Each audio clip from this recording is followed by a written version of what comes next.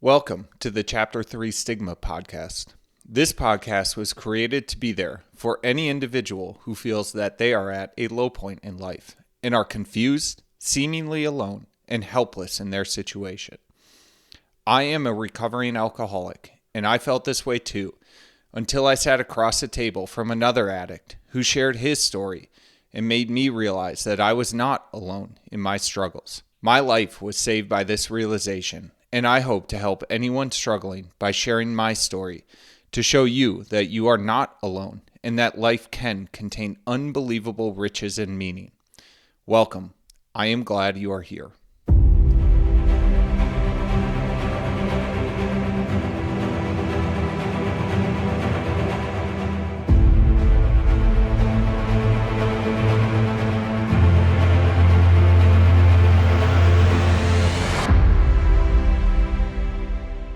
One thing that's going to be really cool about this experience and this conversation here is that each of us separately has kind of alluded to each other in various forms, different podcasts and things like that. It's like, well, someone I know.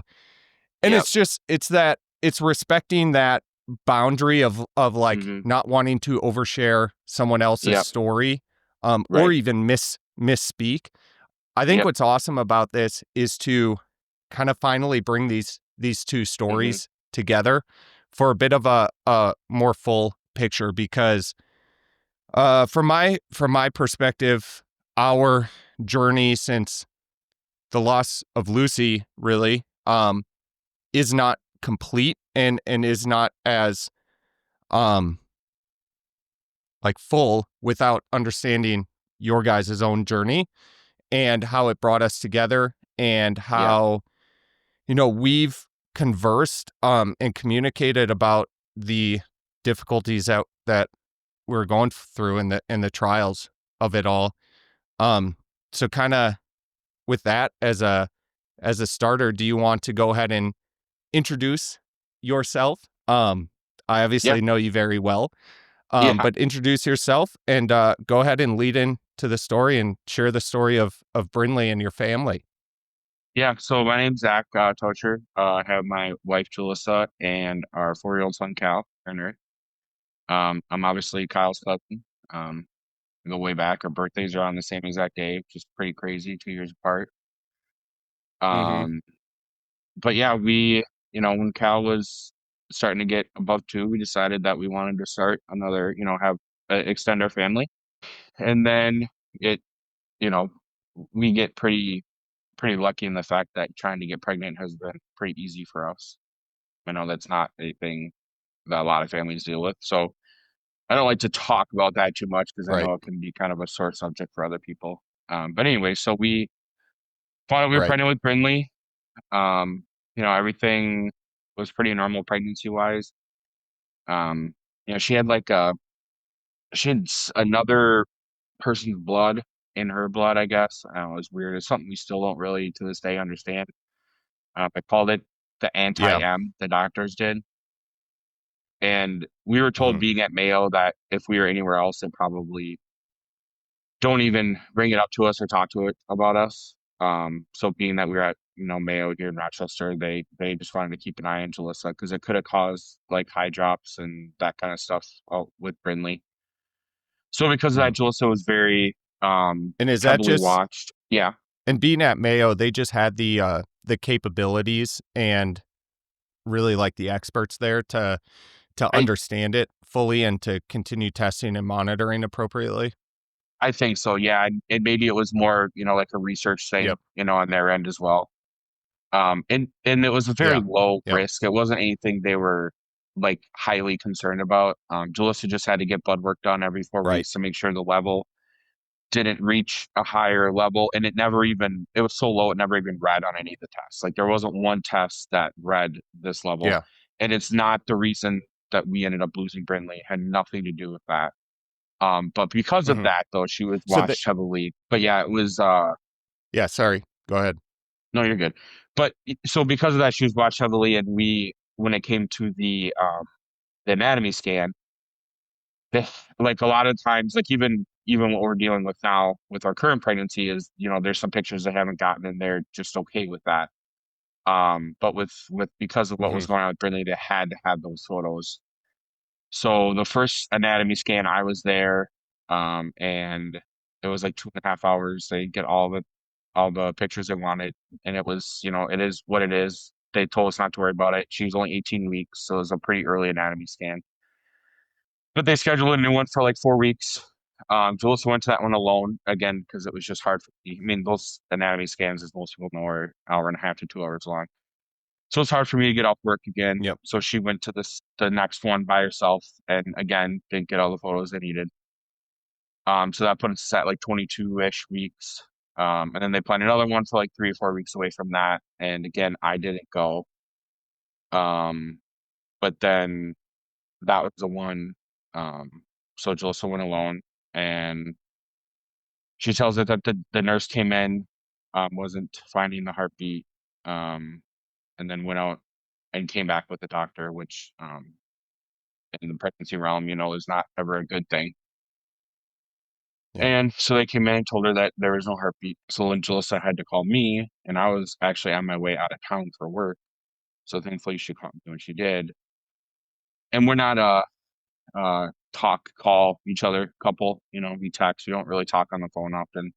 And I knew what she was doing at the time. So I knew that she got an appointment, and I knew that the appointment had only been going on for 20 minutes. So the minute she called me, I knew it wasn't good. And so she asked me to pull over. Well, I couldn't because I was on that. And so I took to the next exit I could. She told me what had happened. I sped my way to Mayo. I probably broke numerous traffic laws. I know I did. I ran 2 red lights on my way there. As you should. Gonna wait. As you should. Yeah. And my thought was, if a cop pulls me over, my wife, I don't care. Give me a ticket. I'm leaving. Yeah. Yep.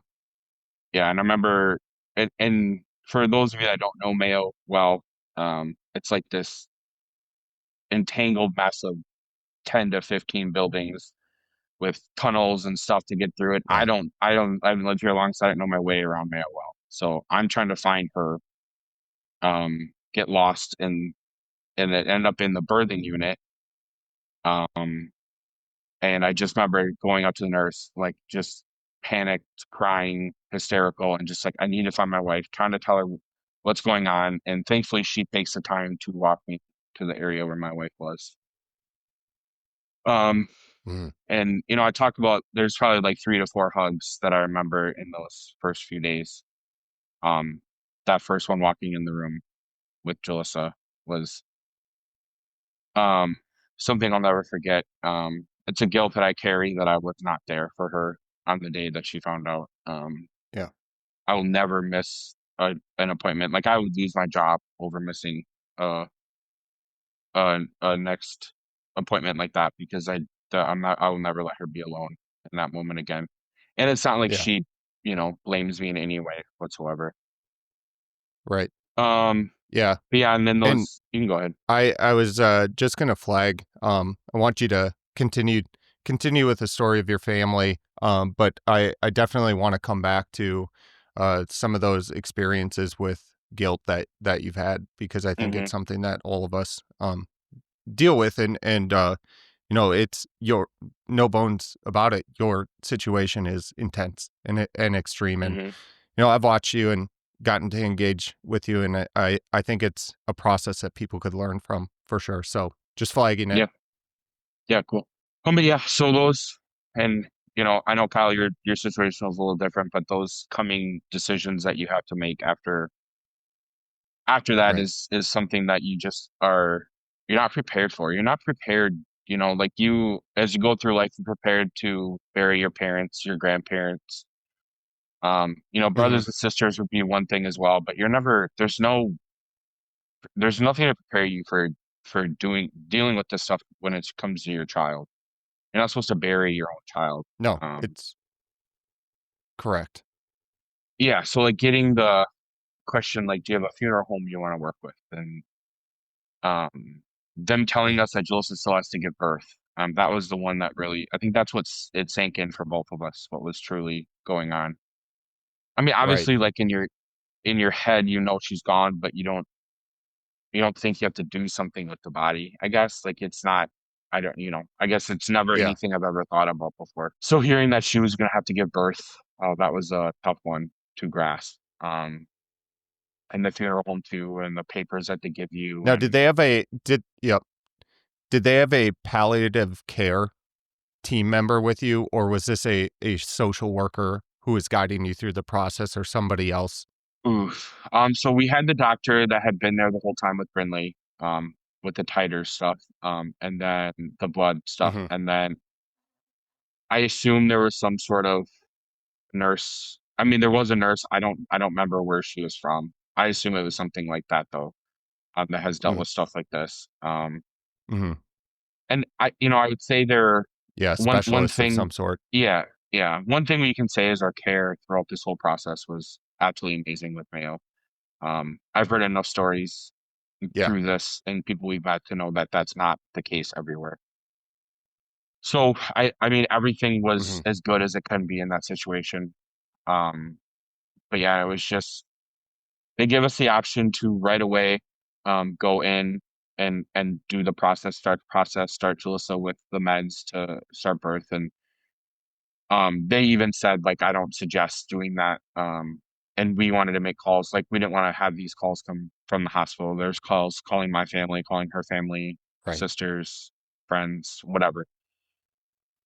So we have made the decision to wait, and finding out that so Mayo has a bereavement team that's trained in this, and one of the nurses and the bereavement team has to be on Yep. staff when somebody is giving birth in this situation. So none of them were there that day. So this was a Wednesday. None of them were there that day anyway, so we couldn't have even gone right in, even if that was our decision. We had been told Mm-hmm. when we left that the induction was set up for that next Friday, or that Friday at 8 p.m. It was a little bit longer than what we had wanted. Um, just thinking about my wife with a deceased baby in her belly and having to walk around with that is something I don't.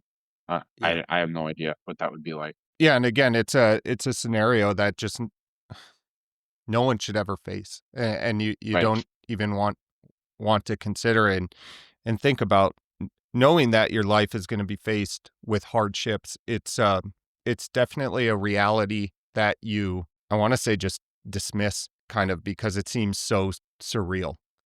Yeah. Yeah, for sure. I mean, it like I don't know when it sank in. I think it sank in at different times for both of us. Like what was truly happening in Absolutely, those yeah. moments. But yeah, so we Mhm. left the hospital. Her parents had picked up Cal from daycare, which wasn't out of the ordinary. Um, Joel's appointments had ran long before, so I think they thought something was up. That now that we talked to them afterwards or whatever. But yeah, so it was. So leaving the hospital, we knew it Friday at 8 p.m. was when the induction was going to happen.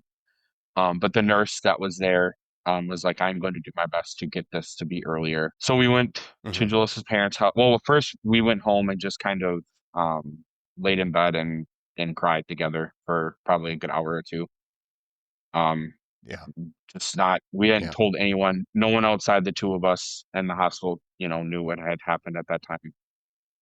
And just trying to collect ourselves to go talk to her parents, see Cal. I mean, you have to be, as much as Cal was a blessing through all of this.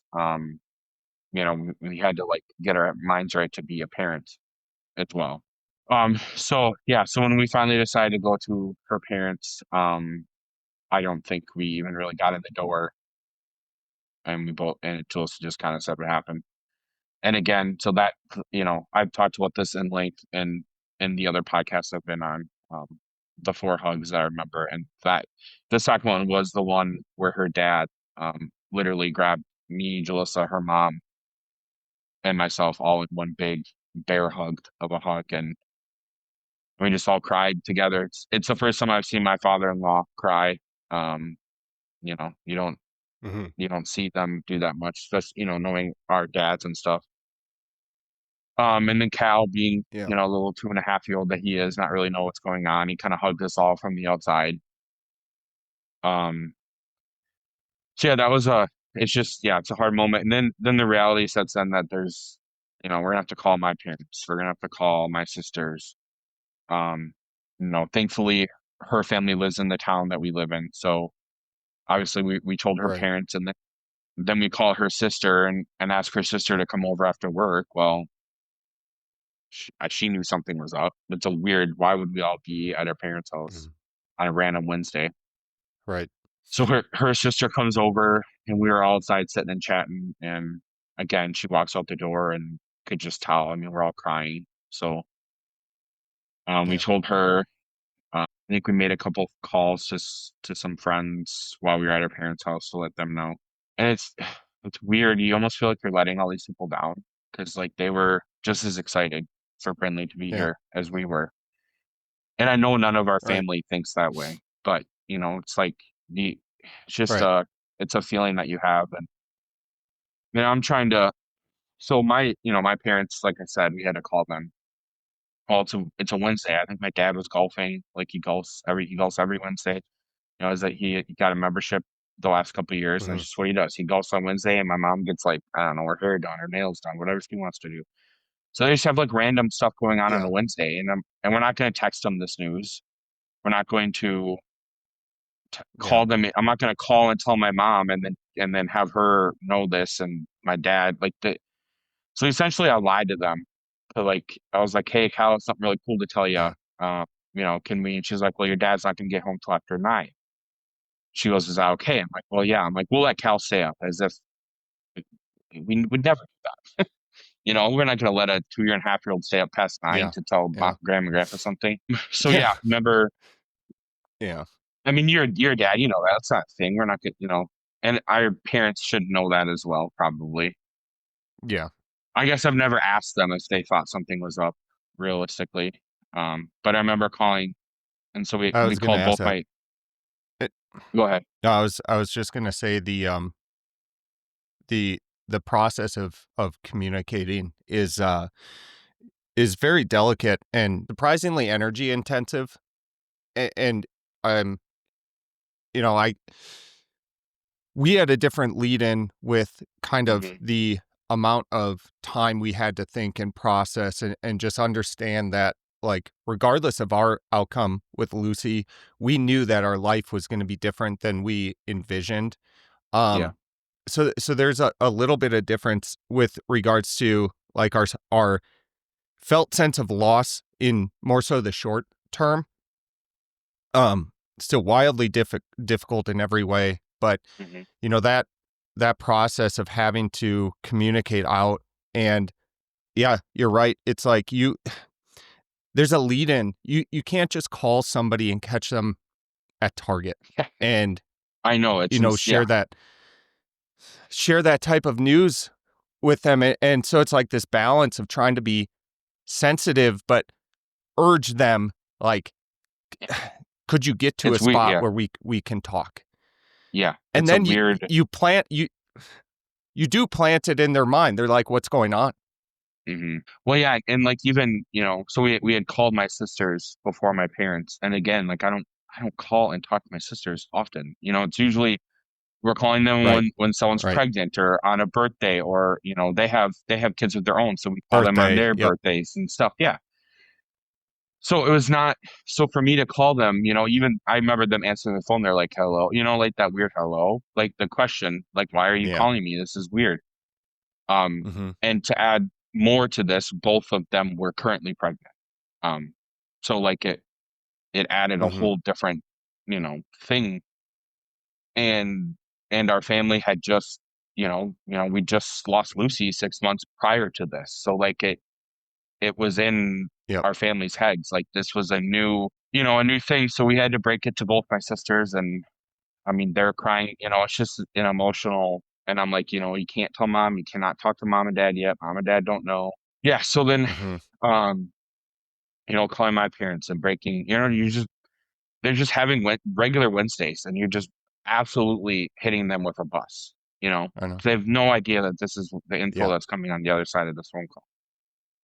So those phone calls are something that I'm never ever gonna forget. I called my two best friends, my parents, my sisters, and then obviously we called you and Alyssa as well. Um, And so like those phone calls are stuff that, I mean, of really nightmares. I don't ever want to make those phone calls again. Again, I've Yeah. heard a lot of lost stories, and those phone calls are the ones that people really hang on to as being, it just was terrible.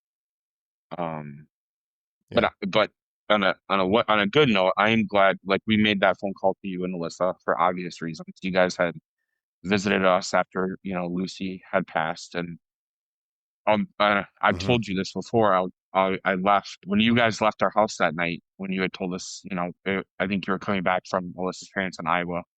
So you guys had visited us, and Mm-hmm. we had talked about Lucy and seen some photos, and again, like, our life stories are crazy, being that we're cousins, that we were born on the same day, 2 years apart. We have sons that are 2 weeks apart, literally.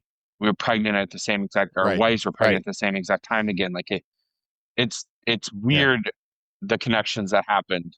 But I remember after you guys left our house that night, and I looked at Jalissa, because again, we found out literally the next day that we were pregnant with Brinley after you guys had left. Like, again, just weird Right. things. Right.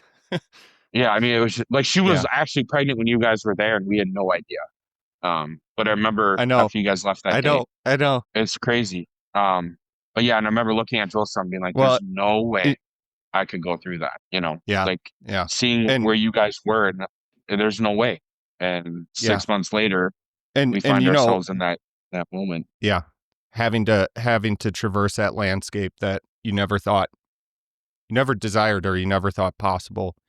And Right. that comment is one that I've heard. You're not the first one to say it. I know I've had that thought before, looking upon other people and the life journey that they have walked, and just questioned and been like, I don't know. I don't know if I have it or had it in me. And honestly, that is a huge reason that I have started this podcast back up, and where I want to point really this body of work. Like, it's far from, well, I shouldn't say far. Its intention isn't like rah motivational. Its intention is more so these difficult scenarios and stepping up to them in a time period that you question your ability to do it is fully possible. And it is more common than you truly realize. These callings and these moments where you have to rise up, and recognizing that you're going to do them imperfectly.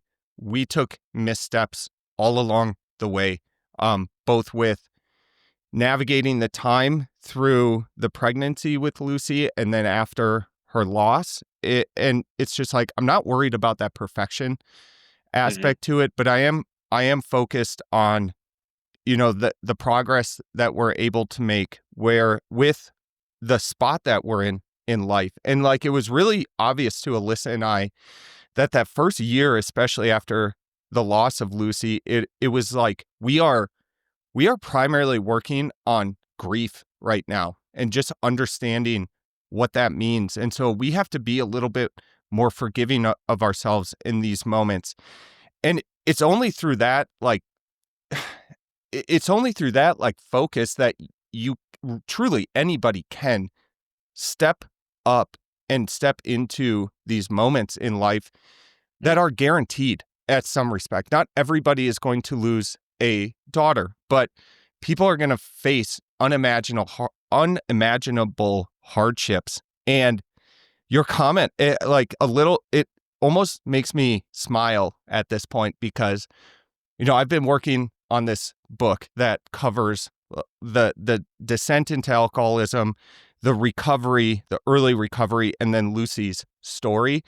And I was compelled from day one that the title of the book was going to be More Than Capable, because I had somebody at work tell me the exact same thing. I don't think they knew my whole story. And they said to me, I don't think I would be capable of doing it. And I almost wanted to be like, shame on you for thinking so little of yourself. Right. But that's an honest assessment and an honest viewpoint that people have. I have since changed the title, but that more than capable kind of like ethos is definitely something that drives me, because it's like, dude, I mean, look at both of us. None of our wives, us, we didn't ask for this. Obviously, we had different visions of what our life would be. And I don't know, I'm not going to speak on your behalf. I saw myself as about the most ordinary person that could possibly walk the face of the earth, like nothing special. And I'm not saying that there's anything special, but to have that perspective and then work through this hardship is something that I didn't think I had in me. And that's the point, is like, there's just this extraordinary aspect to what you can handle. And not what you can handle, but what you can work through, if you're intentional, about it. So I don't think that comment, and I kind of went off there, but I don't think that comment or perspective is unique at all. And I saw a lot of people that had it. Well, I remember when after everything happened with Brinley, and I told you that story, that I said that after you guys had left, and I remember your answer was, but you can do it. And like, I've, obviously you hang on to some things during things like this. And that was one of those things that I held on to, is like, okay, we can do this. We can. And again, like you said, you're not going to be perfect. No one's perfect. There is no book on how to deal with grief in general. No. Especially child. I mean, child loss. Honestly, I've looked. There's just nothing. There's nothing you can do. There's no right way. There's no. Yeah. And that's why I think a lot of these, and the guys in grief podcast I was on, they literally said, they will say we did it wrong, and we're here to teach you to not make the mistakes we made. And that's kind of, like you're saying, like, right. We've all made mistakes. And I remember that phone call. There's two things you and Alyssa told us that night that that changed my perspective, and Alyssa as well. So like, we weren't going to have Cal visit Brinley in the hospital, because like, guys, Brinley was 26 weeks along. I don't know what at that point, I had not known what a 26-week baby would look like. So Jalissa, I remember Jalissa told the people that were going to be there, like our parents, her parents, and her sister, like, we don't know what she's going to look like. Maybe prepare yourself. And you guys, and I remember having that conversation with you, Alyssa, and you said, she's going to be perfect in every way. You need to have Cal there. And it completely changed. I mean, I would say we were 3,000%. Cal is not coming to the hospital. There's no way we're doing that. And you guys completely flipped us. And I'm so grateful for that, because those photos we have are the only photos we will ever have of our family of 4. So we are forever grateful for that. And the other thing you said was, like, you were talking about how some days your grief is different. You're like, maybe you're a little bit ahead of Alyssa, or not ahead, but like in a different space. And I remember you had told me a story, and it like stuck with me. Like, there's going to be days where maybe Jalissa, her grief is different, or she's feeling more grief that day, and you're not, and she might get upset with me why I'm not. And it just kind of prepared us for being, and because I went back to work so quick, I think I jumped in front of her, if you want to, however you want to say that. And she kind of hung back with Cal for 6 weeks, and didn't see reality until she went back to work. And I saw it a lot sooner. But it gave us that. And we stopped, like, when one of us was struggling, instead of asking what's wrong, we asked, like, what triggered it today, like, using a little bit better, a less harsher term, maybe. But yeah, so I mean, to kind of finish up Brinley's story. Please. But yeah, so we went. No, I was just going to make a comment on the what's wrong. Oops. No, go ahead. Sorry. You sure? Okay, so. Oh, I was. Yeah. Please. Okay, so we ended up getting in Friday morning. So again, we don't know if one of the nurses took an extra shift or how that happened, but we got in Friday morning. So that Thursday, we kind of just hung out, the three of us. I think we went golfing, the three of us. Cal kind of golfs. It's me golfing. Jalissa sits in the cart, and Cal does this, Yeah. what a 2.5-year-old would do on a golf course. And then I think maybe we got ice cream and Yeah. just kind of did our family thing, trying not to, Jalissa's carrying around Brinley in her belly that's no longer with us. So that was, it's just a weird concept in general. But yeah, so we went in Mhm. Friday Yeah, morning, absolutely. with the plan of her parents coming in, my parents coming to meet Brinley. And then my one sister lives in Colorado, so I mean it's just not feasible for her to come in. And my other sister does live close to us, but her Yeah. husband was away in the guards that weekend. So she was home with a toddler being pregnant, and depending on the time of Brinley's birth, she was maybe going to come in just if it worked. And Brinley ended up coming at like 10 p.m. on Friday night. We were going to bed, and it was kind of crazy. They were like, they kind of told us expect this to take 1 to 2 days, because obviously her body was not ready for delivery at the Right. time. Um, so we were going to bed. I was laying down in my, cozy little cot that the dads get at the hospital. Um, and Julissa said she felt something. And so we called the doctor in, and her water had broke. We're like, okay. We asked the doctor, like, what does this mean? She goes, it's going to be tomorrow. And we're like, okay. So we told our parents, go to bed, put Cal to bed. It's going to be tomorrow. We'll call you tomorrow. I don't think I even laid down. And Julissa was like, I feel pressure. And I was like, okay. I was like, let's call the doctor. She Mhm. called the doctor back in. The doctor literally looked under the blanket, and I'm right there. And Brinley just came right out. I mean, it was just like that easy. We're all stunned. Doctor's stunned. I was stunned. Jalissa was stunned. We were not ready for that. Uh, and then, so I quickly went and called parents, told them, you need to get here now. Called her sister, told them, you need to get here now. My parents are about an hour away. And so they got in their car. And again, my dad made great time. I'm guessing he broke some traffic laws as well on his way up. But yeah, so it was great. We Yeah, had I her, would think so. yeah, we had her parents there, my parents there, her sister and brother-in-law were there as well. We spent 6 wonderful hours with Brinley. Um, they Mayo has a photographer that comes in and does the photos, which was wonderful. And my wife is a photographer, so that was a no questions asked. Of course, we're gonna have a photographer on Yeah. in there. We Yeah. had a chaplain come and do a blessing over Brinley once everyone was there. Cal did great. Um, for he just had woken up because he was already sleeping and he was still in his pajamas. It was 11 Yeah. p.m., 12 p.m. at night. So it was all great. He was a little weary around Jalissa because Jalissa had a ton of cords and wires and stuff sticking out of her. But Right. again, Cal's not there without Right. you and Alyssa telling us to have him be there. And that was, again, something we'll always have those photos of the four of us. But yeah, so we were able to spend Yeah. 6 wonderful hours with her. And yeah, I don't know. After that, it was, What going home empty-handed. But yeah, going home empty-handed Yeah. from the hospital is something that I know you guys experienced that as well. It's just, the nurse walked us down, hugged us when we got left.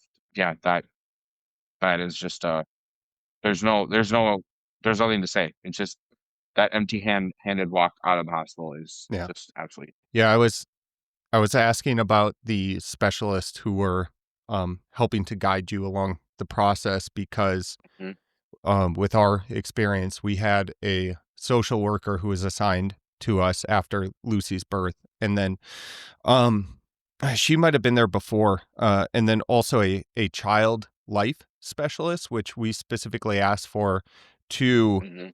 help us understand how to even engage with and communicate and involve Grant. Like she was incredibly helpful. And I'll never forget the morning after losing Lucy, and those two came to our room and they were there with us during every meeting. Um and we sought guidance from them throughout the whole time, but we're in this tiny space and it's like there's basically enough floor space for like one of those mini fridges you have in a college dorm. And like that's chewing up floor space, and we're just kind of like standing around, sort of just Alyssa and I, exhausted. And they were emotional too, because they've been there with us the whole time, and they're kind of guiding us on the process once we left. And I found myself like desiring them to come with us, and just feeling so alone and fearful of that exit and that walk out. And you enter a world that can seem really uncaring and unaware, and I think it's about impossible to avoid those thoughts. I mean, I remember staring out the window as we drove home, and it's just like people are walking on the streets, businesses are open. Can things just stop?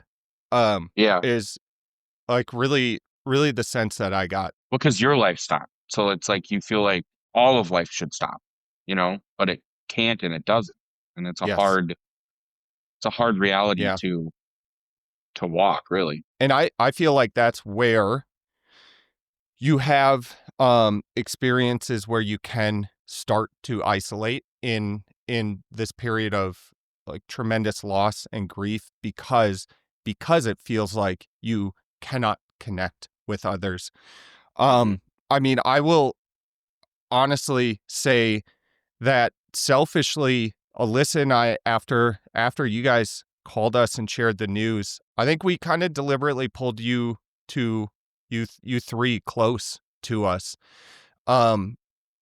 because it helped. I think it helped both ways to have someone that you can talk to and understand, like those visceral early days, the hours and days after a loss. But then the weeks, the months, and eventually the years to come, and like we still communicate in that manner. But we pulled you close because I think we saw the risk. I mean, I had, like, with my alcoholism, I isolated, right? And so I knew if I was going to stay the course that I couldn't do that. Right. And it just felt natural to pull you all close into that, like, really, really tight inner circle where it is just a different language that you speak. Well, there's just a different understanding, because you can And say could you all these detail? things. Oh, go ahead. Yes, But yeah, absolutely. you can say all these things that like you've been feeling or thinking or whatever, and then you say it, or like we hear you say it, and then we've always kind of, me and Joseph have always kind of explained it's like you guys were almost like 6 months ahead in a way. So it was like we were able to kind of see ourselves 6 months from now, and it's kind of followed that now for a year and a half. We've been behind, the 6 months, and just seeing it's like, okay, you see that you can see that you guys were doing good things or doing okay. It's like, okay, we can see ourselves. You can almost see a light. It was like giving us that energy to keep going. Seeing you guys be where you were, and like, okay, we can get there. And and I don't know how much our wives talked previously to any of this, really. But I know they communicate almost daily now. And we're pretty, I mean, we've always been close as cousins, which again, like I've had a few of our aunt and uncles, you mentioned, like and even I think your sister did as well. Like it's weird that we were the two cousins that this happened to, in a way, just with how close, our families grew up, because we had, our sisters are the same exact age. Even our sisters' birthdays are 3 days apart. It's just weird the similarities our families had. No, our families are very mirrored across generations. Yeah. Yeah, it's very crazy. And so and we were thankful that, again, it's that thing where it's weird to say you're thankful to have people in this group, because I don't want anyone to experience child loss. Yeah. But you're so thankful you have the people that you have. Exactly. and find the people that you find. One aspect that I struggled with that I don't think I've really articulated, and it, like, objectively, when I say it, it's not going to make any sense, but it was something that I felt in walking the road of loss with Lucy. You know, you think about it in terms of this is a 1 in 10,000 instance, let's just say, made up number. Part of my almost comfort, the way I comforted myself was, well, if someone has to travel the road of loss, I'll pick it up. I'm sort of honored that I can do it. And what I didn't realize was how difficult it would be when I heard about other people having to go through it, because when I heard about someone else who might have suffered a loss, my gut reaction was kind of like, but I thought I could take that place almost. Yeah. You know, it's like, if I have to be one of the statistics, so be it. But I wanted other people to not have to suffer because of it. And that was just something totally unexpected. I honestly don't think I would have had the awareness of, like, why am I feeling agitated by hearing these other stories? And when it came down to it, it's like, well, I had this unexpected perspective on loss that, like, hey, if I can take a seat at the table so that someone else doesn't have to, okay, you know, that's the plan for me. And it's one of those learnings. It's just like, the loss and the suffering does continue to happen. And instead of now seeing it as like me taking anyone else's seat at the table, it's like, how do I ready myself to serve others who enter into this unexpected path in their lives? Mm-hmm. Yeah, I mean, and I know you, so you have really stepped up and stepped into this role in an incredible way. And kind of like wanting to hear you detail the journey of grief and acceptance that you and your family walked. Could you start with that and kind of get into, like, what are you doing now? Like, where has life led you that maybe you never expected before? Yeah, I mean, it's crazy. So I remember we were in the hospital before Brinley had come. I looked at Jalissa and I said, we're not going to be able to do this alone. We're going to need help. And I mean, professional help. Um, and from that moment, I think I think a big part of me was finding, you know, I went back to work the Tuesday after we lost Brynlee. So we lost her on Friday. I was back to work on Tuesday. And I'm a sales rep, so I'm on the road a lot, almost the whole day. So podcasts are my thing. I just listen to podcasts. It's what I do. And I found Guys in Grief in it. Again, it was almost like, you know, with you and Alyssa, seeing these guys, I mean, they're years into their grief. And it was like, okay, they're telling us things that are going to happen. And so, like, I felt like, okay, I saw these things happening.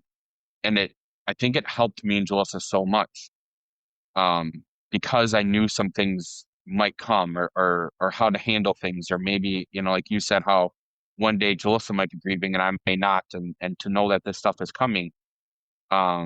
So it, in a way, it helped me so much, and that kind of like triggered a thing in me, like, okay, I want to make sure that every parent, and it's insane to say every, but like every parent that we can help that goes through this grief journey, to make it as good as we can make it for them. And like I said, Mayo was top-notch care. I mean, it was great. But, you know, finding out that there's a cuddle cot, which, if, you know, for people that don't know, it's almost like a freezer thing that can preserve the baby and allows you to spend more time with them. Well, if we were offered it, we didn't understand it, or the way they said it, it made it seem like they were going to put Brinley in a freezer and it would keep her preserved. That just sounded not okay with us. But knowing that Mayo does have cuddle cots and did when we were there, you know, we could have spent the whole next day with her. You know, so it's like little things like that where, like, okay, our care was great, but how can we make this better? And we found Emma's Footprints, which is a nonprofit at Erie, and that's kind of where it started for me. I I don't have a lot of passions other than being a dad and probably my sports teams. Those are the only things that truly I've liked Yeah. my jobs. Yeah, I mean, And I've liked my jobs. both of those are strong. Yeah. Yeah, very I'll very strong attest. passions. I agree. Yes. But I yes, I I've liked my jobs throughout my life, but I've never had a passion for any of them. And there was something that Hmm. just triggered in me, that I just want to help people, and we found Emma's. They allow you to do like what they call as a family fundraiser, which could be a golf tournament, a walk, some sort of fundraiser, and then all the money goes towards Emma's, and Emma's helps families that walk this journey. So we decided to do a walk last June, in our town. Just we literally put it together within 2 months. Um, my wife is a planner. It's what she does. She did a great job. It was insane the things Yeah. that we had at this walk in 2 months. Um, and the people that we had there. I mean, Kyle, your whole entire family was there. Obviously, other than you guys, because Idaho Mhm. is quite the journey. And Yeah. Alyssa was very pregnant at the time, if I remember. Or you, I don't know if you had the Hmm. baby. I don't remember which, but it was one of the two. So it was impossible for you guys to I make think she that was that pregnant. trip. Yeah. Yeah. Yeah. But your whole family was there for Lucy and for Brinley. Um, we had like 150 people show up. It was just amazing.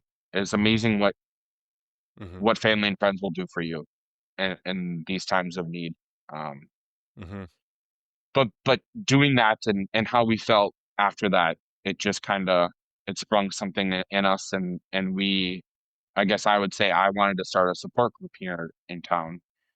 Because like that community that we've talked about, you're like like you guys are our community in this, and finding more community in this loss is your friends and family can be there for you a lot, but there's something different when it's somebody that's walked that same path. Um, so through our Right. church here in town, we started a support group for infant and pregnancy loss. We actually have it tonight. Now that we're talking about that, we have our a meeting tonight for it. We do it once a month. Um, the same four couples have come every week. It's been great, and it's very diverse.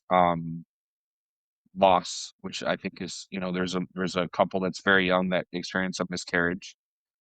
There's us, and there's Hmm. ones where the baby, you know, far along. It's all sorts of stories, which is kind of great. So we're Hmm. really working on trying to expand that support group, um, as much as we can. Um, we helped plan another walk this couple Saturdays ago. It was actually the a nonprofit that did the photos for Mayo. She decided to do a walk for all the families that she's helped. So we helped plan that, and that's where I was coined the keynote speaker at, which um, is not my thing. I'm one of the most introverted people you can probably meet. Um, but there is something about Brinley that just takes that all away from me. Like going on podcasts like this. I mean, this is my Hmm. third one, and it's just not in my thing. It's not what I do. But there's something about her that just brings out, and I truly want to help as many families as I can, but I've kind of started gearing towards, obviously dads, and I just there's that stigma that dads are supposed to be the strong one, and like I said, I went back to work 4 days later, and that was a terrible decision, but I felt like it was what I needed to do. Dads Yeah. feel like they can't grieve, or they're not supposed to grieve, or dads can't cry, dads aren't supposed to talk about it, they're supposed to be the strong one. Um, and I would love to. I mean, the stigma in general around baby loss, it needs to be addressed in totality. But Yeah. I would love to, you know, like the Emma's has like a bereavement doula is what they call it. They go out to the hospital and they kind of steer what you're, like, okay, we're gonna do this. You're gonna do the photos. Like a lot of people think the photos are weird and don't want them, but like you're gonna want these 2 to 3, 4 years down the road. Yep. Yep. So they kind of steer, yeah, Yeah. steer your Absolutely. your experience at the hospital. And that would be something I would love to do Yeah. out here. Um, we are in talks with Emma's and maybe trying to bring a chapter out to Minnesota. I've said this multiple times. Beautiful. I feel like I'm gonna find work, like a job in this field. It's just I feel like that's what my purpose is. We've heard a lot of people say finding the purpose in your grief. Um, and I think that's what mine is. I think mine is, you know, I just think that's what I was put here to do, to carry Brinley's legacy on, help others. Mm-hmm.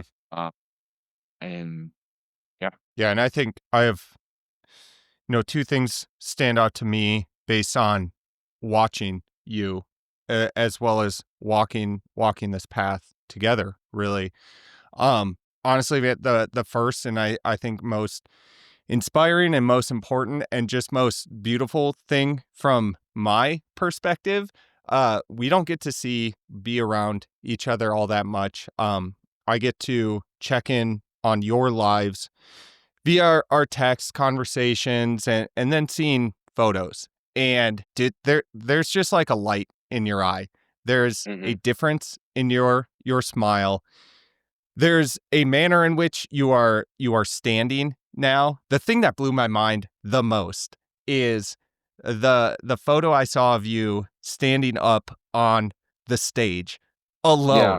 Not that you didn't have that like bravery or that courage in you before, but it's just like I don't know. I see this fire and this passion, and I also know how much it has helped people and how much it has impacted. I mean, our whole family, extended family, like the dynamics and the relationships have changed, and honestly, like I think have changed for the better, and that's not always a guarantee with these types of situations. I mean, again, it's like it's not so black and white, but it does, when there's this rift in your life, like the before and the after of the loss, or like that the loss, it's just like you should understand that it's probably good to visualize yourself at a bit of a crossroads,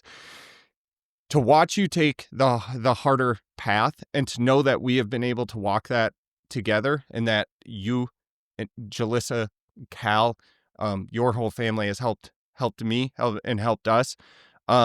It's just beautiful. Like there's no other way to put it, and there's no other meaningful human experience that you can really encapsulate. Is like, never would have designed it this way, never would have wished it upon ourselves, never would have wished it on anyone else, but we're doing it as best as we can. And I'm seeing beauty out of you. I'm seeing beauty out of your family, and just beauty out of the story and Brinley's life. So anyway, that has been the most amazing thing, for an empowering thing for me. It's like you can select a few people that you look up to and you look to emulate. And it's like, it's so obvious how you have come into the fold in that regard. And just knowing that, it's like, I'm not going to be the only one. It's just amazing to see what that fire can do. And then one thing I've learned on the idea of the stigma around child loss, whether in early infancy or before birth, I've experienced this myself. I've heard others express it to me as well. Regardless of how hard the situation is, we tend to try to almost downplay our difficult scenario. For me, it would be like, I mean, we engage, it's like, well, we knew about Lucy's health condition, so we knew this was a possibility. And so we had some time to prepare. And, it's like, it's not like she was 8 years old. You find these ways to sort of downplay your scenario. Right. And I think the stigma really lies there. And really the thing that you have to come to realize, and it feels obvious with our story, because we did have this moment where we found out about Lucy's health condition early, and we kind of understood the severity of it pretty early. It's not the actual loss of life necessarily. It is the loss of a vision that you had for the future. You know, it's like I had come out of rehab and I was so energetic. I was so enthusiastic. I knew Alyssa was pregnant. It was just like, gosh, and there was no health concerns at that time because that happens to other people. It's such a low probability it's not going to happen to us. And like really part of the loss, and I think this is the part that is not recognized enough, is like, I don't care if this happens at 5 weeks or 25 or 35 weeks, you're losing some vision that you have for yourself, for your own life, for your family's life. You need to grieve that. There's a process to that as well. And again, I think that's all a part of the stigma, is like people almost want to downplay their scenario and be like, well, it was just this. And it's like, no. You lost something. Mm-hmm. Don't dwell in it. Don't get fully lost and sucked into the void of isolation, but acknowledge it. Acknowledge it so that you can work forward. Yeah. Yeah, I mean, I completely agree. And like I said, we have the one couple in our support group that had a miscarriage at 6 weeks. And I feel like they kind of felt the way what you're saying. And I remember like you guys, you're like, don't downplay this. Like because the minute you Yes. find out you're pregnant, like you said, you start planning everything. Like we found out we were having a daughter, and I'm sure you did the same thing. Like that girl, the daughter-dad relationship is such a amazing one. And like you start, and not that like Cal does, I mean, he loves sports like I love sports. Like he's everything I ever wanted in a son. Like truly. It's almost scary. Yeah. I know it's scary for my wife. Like in a funny way. But yeah. Right. but like he is a spitting image of me. Like he truly is. And I love that. But like there's that father-daughter relationship. And I know you felt that too. And you just, the minute, it doesn't matter if you found out when you're 4 weeks, 6 weeks, when you found out you're pregnant, you start thinking of those things. And my hardest thing was after I lost, was seeing dads and daughters and just out and about. I struggled with that so much. And Same. I still struggle with that. Like it's so hard because it's like that got ripped from me. And like, okay, we are currently pregnant with 2 girls. So like, yes, I do get it back, but like I want it with Brinley, you know, and that just is a whole different subject of like, we're thankful we're pregnant, but also like Brinley's the one we really, you know, like it's such a weird concept to get into. But yeah, I just, again, like in the dad of the miscarriage, you could tell he's just been waiting to talk about this and let it all out. And that first meeting he came to, he let it out. And I remember looking at Jalissa, I'm like, this is why we're doing this, because he has not had the chance to do this other than to his fiance at the time. Other than that, like he didn't have this opportunity. And this is why we're doing what we're doing, you know. And I had a dad after my speech whenever that Saturday was, walk up and ask for my number, because I ended my speech saying, I will give my number out to anyone here, and we can talk, whatever you want to do. I sat down and I lost it because I had like held my emotion in until afterwards, and I just lost it the minute I sat down. But he walked over and it was bad, but bad in a good way. But yeah, he asked for my number. I can't do that. Mine just comes out. Yeah. I was so nervous. I think that was part of it too. I was just so nervous. So like, I just wanted to get through the speech, and then I just lost it once I sat down. Yeah. But yeah, I mean, because like even we find ourselves saying, you know, like we lost Brinley at 26 weeks. You lost Lucy, you know, after she was born. We're like, well, at least we didn't. At least Kyle, you know, like at least Brinley wasn't here, and then we lost her. Like we find ourselves saying that. Like you're saying, like you're like, okay, well, at least it wasn't this. And that's not the way. It's still, I mean, like it was still horrible and horrendous. It doesn't matter when the loss happened. Yeah, no, that's absolutely true. Well, I wanna give you some insight maybe in the moment here. about a comment that you made where it's really like you, so you two are pregnant. Not only are you Yep. pregnant, but you have twins. Not only are you pregnant, or Jalissa pregnant with twins, but you have twin girls on the way. Yep. It's a And lot. I want to get into this afterwards, but yes, and I guarantee, and I know you're holding your breath. And I want to talk about that and kind of actually close there. But I have insight or an experience that hearing you talk through that, I think you're going to go through. And it was, with the pregnancy with Eric, it was bated breath. Like, we're doing all of the appointments again with the specialist. We're monitoring for a health condition, even though everything seems good. Mm-hmm. We're oddly restraining our excitement, and we were aware, and we understand, like, it was very protective, and we just kind of let it be. We let it run its natural course. We didn't get too upset with us. But Eric's born. He starts crying. The huge wave of emotions hit. Like, I think a lot of tension was relieved at that point, but it was my first time holding Eric and looking down at him, and he was awake looking at me.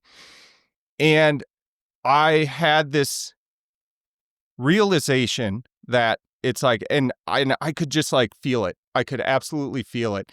It's like my heart, my ability to love for Alyssa grew, and a new space opened up in my heart to love Eric. And there was a void. And there's this empty space that still exists today that became really, really obvious in that moment holding Eric, where it was like that capacity, that space, the directing of that love is for Lucy.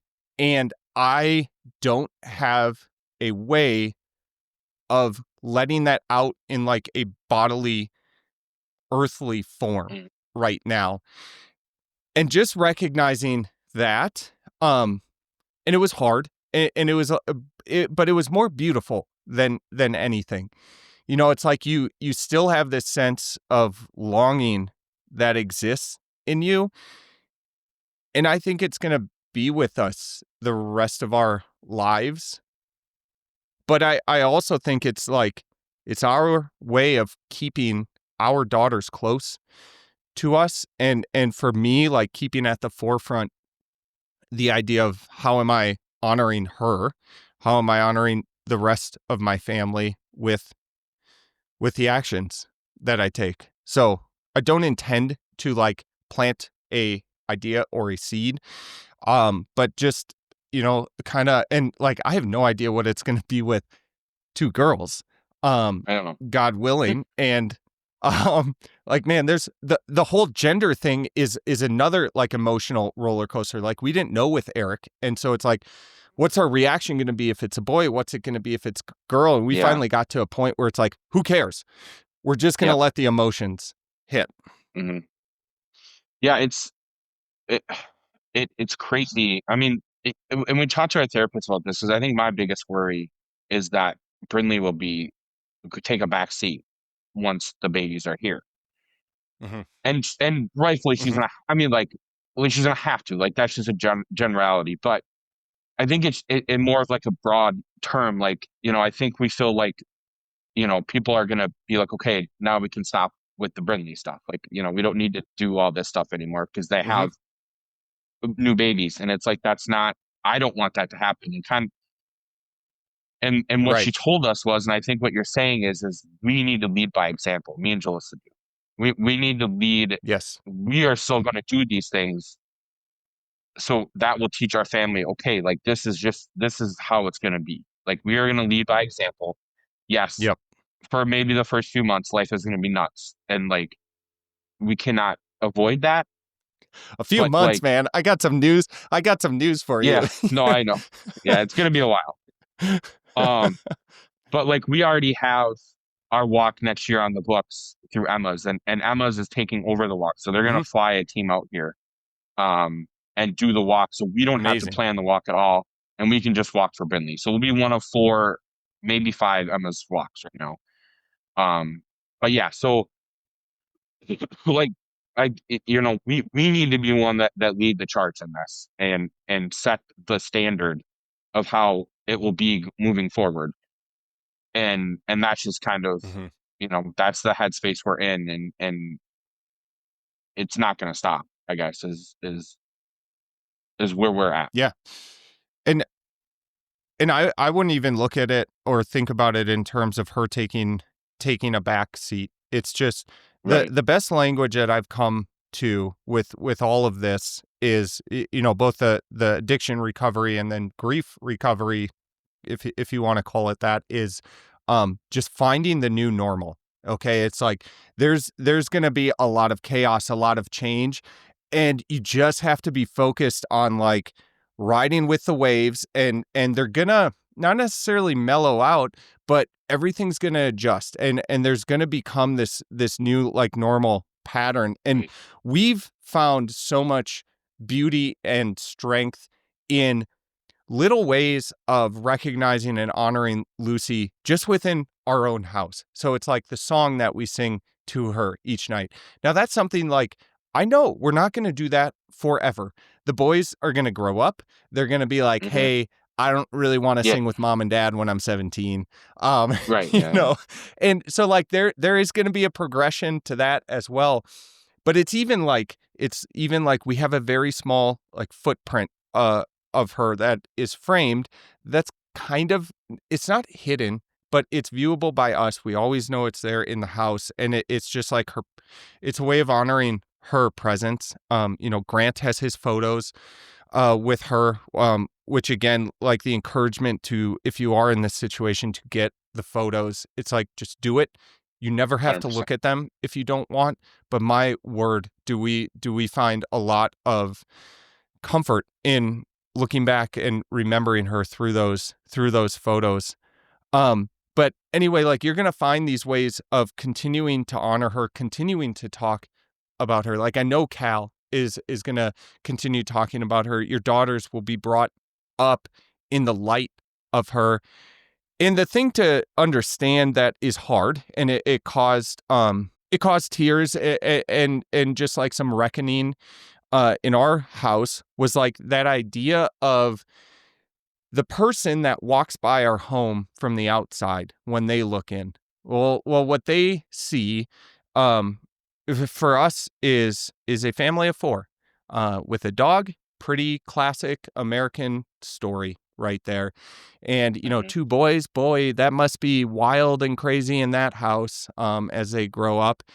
And, to what you said earlier, it's like, well, no, I definitely have this identity as a girl dad that they don't get to see from the outside. And Alyssa has this identity of a girl mom and a mom of 3, and myself a father of 3. And it's just like, it stings a little knowing that from the outside observer looking in, that's not what they see.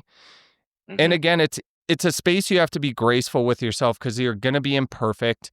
People are going to say, oh, what a beautiful family of 5.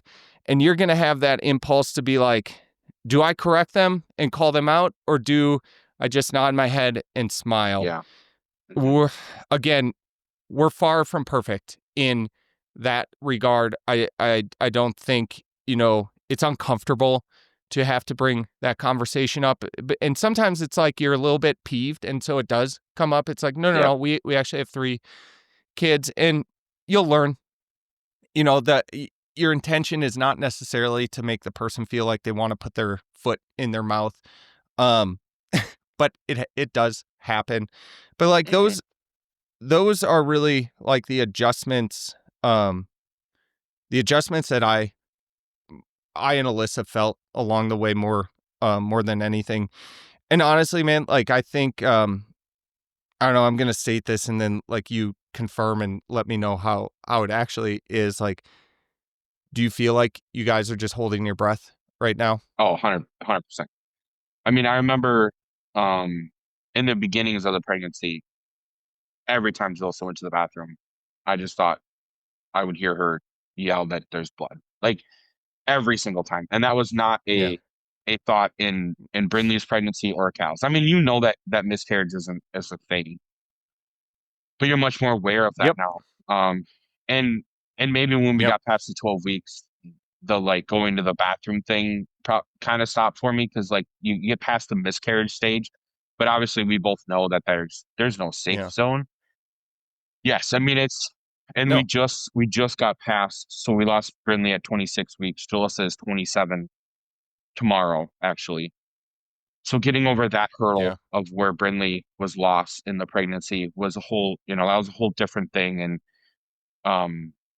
like we've talked, every appointment we go to, you're just holding your breath until you see those heartbeats, or they confirm that there's two healthy heartbeats or whatever. We had one experience where the doctor just started doing her thing with the photos, all the photos that she needed, didn't really acknowledge heartbeats at all. So since then, we've kind of like walked into the room and said, "Hey, we are lost parents. Can you just tell us that there's heartbeats, and then you can move on with whatever you got to do?" Yeah. And that's what I think in general we have found in this whole thing is advocating for yourself in ways like that. Just being honest, like that for that one time. I mean, I'll never forget. Like it probably wasn't 10 minutes. It felt like 10 minutes before like we got the answers we needed. And we know our parents. We know our parents know every appointment we go to, so we know they're waiting in anxiety. So it's you're just, and I feel like everyone is like, oh, it's going by so fast, and then we're sitting here. It's like I just want to, like, it's not going by fast. I feel like it's dragging. Like I feel like my wife has been pregnant for 2 years. Yeah. And it's just like, and she kind of has been. Kind of, yeah. I guess if you look at it that way too, yeah. But yeah, it's just like, right. It's never, I think the doctors could legitimately tell me, I 2000% these babies are going to be here and nothing will go wrong. And I just still think there's nothing that anyone can say to me that's going to make me, feel better. I mean, there just isn't. And it's crazy. Like I listen to all these podcasts, and a lot of them are just parents telling their story. And then you hear of all these ways of babies being lost, and there's so many. There's so many, and it helped me so much because it was like, okay, there's people out there that are going through this like we did. But now it's like, now that we're pregnant, it's like, oh my God, I know all these things that can happen. So now it's like backfiring in a way, because now it's like, and even when they're here, there's no, I mean, the anxiety is just, I mean, this whole this whole process is an experience in the loss of innocence, and that kind of sounds weird for two guys in their 30s to say and talk about, but it's really what it is. And it's like you look at every single person who is close to us, and in some regard, whether they were the grandparent, whether they were the great grandparent, the cousin, the sister, or the child, there's a loss of innocence that happens with everybody in this regard. And it's been different for Grant. And honestly, like, we should have a whole nother conversation around like the bringing up of a child who is aware of death, aware of loss, and some of that longing to step into the role of the brother. It's just like, above all, that's one of the main things, is like you see the world a little bit. You see that hardship, know what is possible. And the way I always said it, that kind of not frightened me, but just like kept me checked in with reality, is it's like God doesn't give you a debts paid on like grief or hardship card. It's like, and I remember one of the biggest moments for me, we both attended, and I'm actually going to drop their information in the description here. We didn't talk about them much, but they were so imperative. We both attended Faith's Lodge, a grief retreat, and our counselor, or our leader for that weekend, she shared her story, and she had lost 2 kids within the matter of years of each other, wildly different circumstances.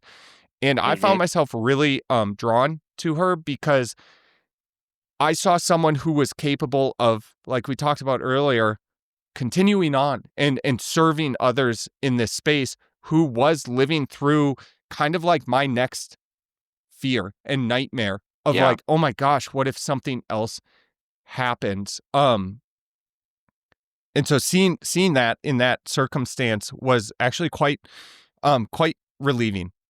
In a way, just from the standpoint of like another reminder that like you're going to get up and you're going to do the best that you can today. Unpredictable things are going to happen today. And we just have to make sure we're as ready as possible. And honestly, as willing to reach out and seek help and ask for guidance, with whatever circumstance that we face. But anyway, I digress from the raising of a child thing. It's been a beautiful experience in a weird way. One thing that we saw is that Grant, when Eric was born, really exuded a lot of desires for being an older brother that we didn't know he was feeling or suppressing. And I mean, just get ready for some waterworks when you see Cal interacting and engaging. It's beautiful. Yes. So when you had talked about that on the podcast, so that's one of my, so we went with our therapist not that long ago, and I expressed my biggest thing is that we and Jill have said this is our last pregnancy no matter what happens. Jill said pregnancy does not agree well with my wife. I do not want to put her through another pregnancy. She's getting a little bit older. This is it. So when they come to us on Earth, or whether the unthinkable happens again, this is our last pregnancy, and nothing is going to change that. So I expressed to our therapist that my Cal deserves to be a big brother to a baby on Earth, and I'm sure you guys felt the same way. And to think that there is still a chance that doesn't happen. And she had told us that your thoughts are valid, but he'll never know different. He'll never know that he's not a big, and while I agree with her, and then when you said what you said on your podcast, I remember talking to Jalissa and thinking like I felt a lot more validated with what you said. And I know that was our therapist just trying to, I mean, that's just her job. But like, I know that Cal, I mean, he has said multiple times that like, we want these babies to be with us and not in heaven. And like, like he is yearning to be a big brother. So like, when you said that, it made me feel a lot more validated in my thoughts of like, I think that is my current biggest fear is that if the unthinkable happens again, that Cal will never be able to experience that, being the big brother that he deserves to be here on Earth. So I can only imagine how I'm gonna. I mean, there's gonna be 2 of them for him to love. I mean, it's gonna be insane. Yeah. But it's. I mean, I think we can agree that both our boys are probably gonna be some of the, greatest humans because of what they've gone through and the things they've learned, and they're going to be the most compassionate. I've seen like they're gonna, and it's like my sister-in-law lost her puppy, her dog, not puppy, her dog, like last year, and I remember we joked. I mean, Jules did, like we don't have to explain heaven to our 3-year-old son because he already knows way more than any 3-year-old son should know about heaven, and we talked that Oliver is in heaven with Brinley, like and the 3-year-old should not know that stuff. He shouldn't know about heaven realistically, in that sense of the word. But I truly think it's going to make them better humans, and not that they were going to be bad humans, but like it's just they're so much more compassionate. And it's crazy to see. We underestimate how much a toddler can truly understand, I think. And when you go through this, you can see absolutely they understand way more than you would ever. And I do want to touch on, I do remember one other thing you told us is to just be honest with them.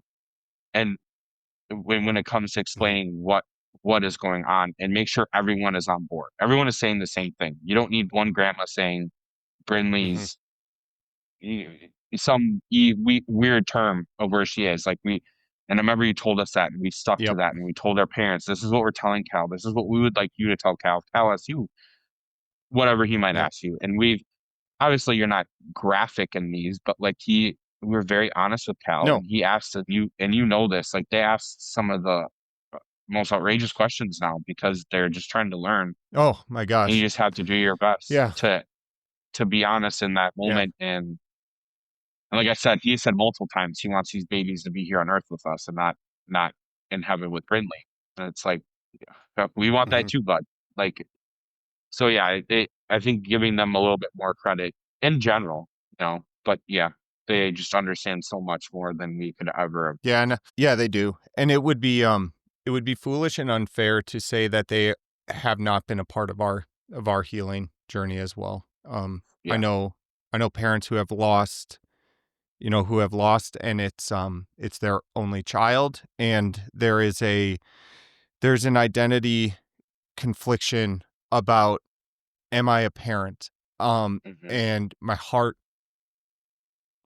aches for them because I have seen the hardship that comes from it. And Alyssa has said it too. It's like Grant saved us in a big way, and not that we were necessarily being led by him or needy, like in like a needy point, but just like by paying attention, they are going to draw you towards this beautiful perspective and different way of like acceptance and understanding that, like, no offense to even professionals, it's like an adult, especially an adult who has never traversed those roads, they can listen, they can certainly listen, but man, just the sweet, compassionate touch that they have is amazing.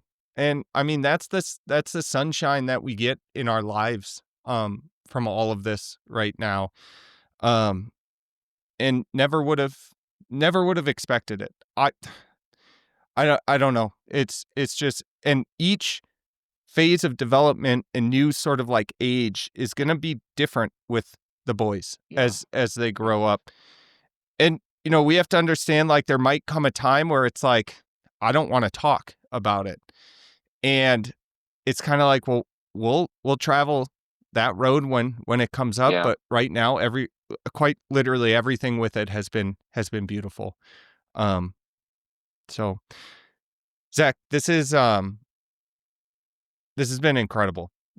Thank you for doing this. I mean, we have this level of conversation via text, obviously, and like we know each other's story so intimately, but it's still emotional. It's still emotional to think about, to hear, and to have more of these opportunities to like really dive in. So I really, the only good way to end in my mind is thank you. I love you. You and your family are inspiring to us. Well, I mean, I think and we're not here without you and Alyssa. I mean, honestly, I can say that. Same for us. Yeah. And your family as a whole. I mean, like your parents include Brinley in everything they do. When it comes to Lucy, Brinley's right there next to him. Mm-hmm.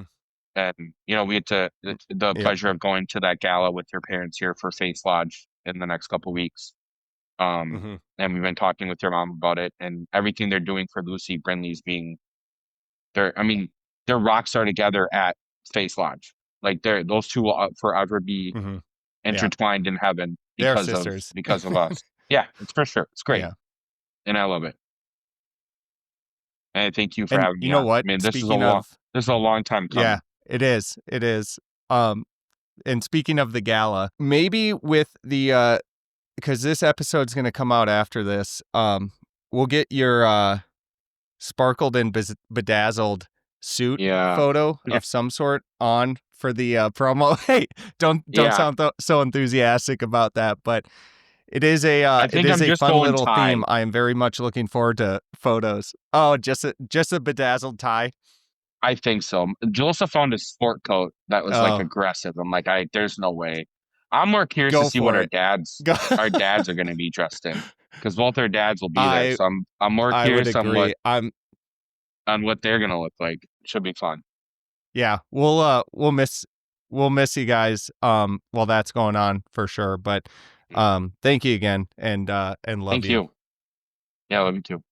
If you enjoyed this podcast, share it with others who might find it impactful, and give us a rating through your streaming platform of choice. Ratings and comments help spread the work to others who are desperately searching for a solution. This simple action could have profound impacts on the lives of others. My hope is that my story can help those who feel alone in their struggles with addiction or any other aspects of life. You can follow us on social media at Chapter 3 Stigma on Instagram and YouTube.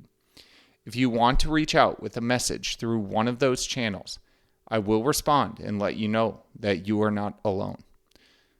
All the best, you are loved, and know that this life is full of abundant joy and wonder, and is worth every struggle and bit of suffering you must endure. Until next time.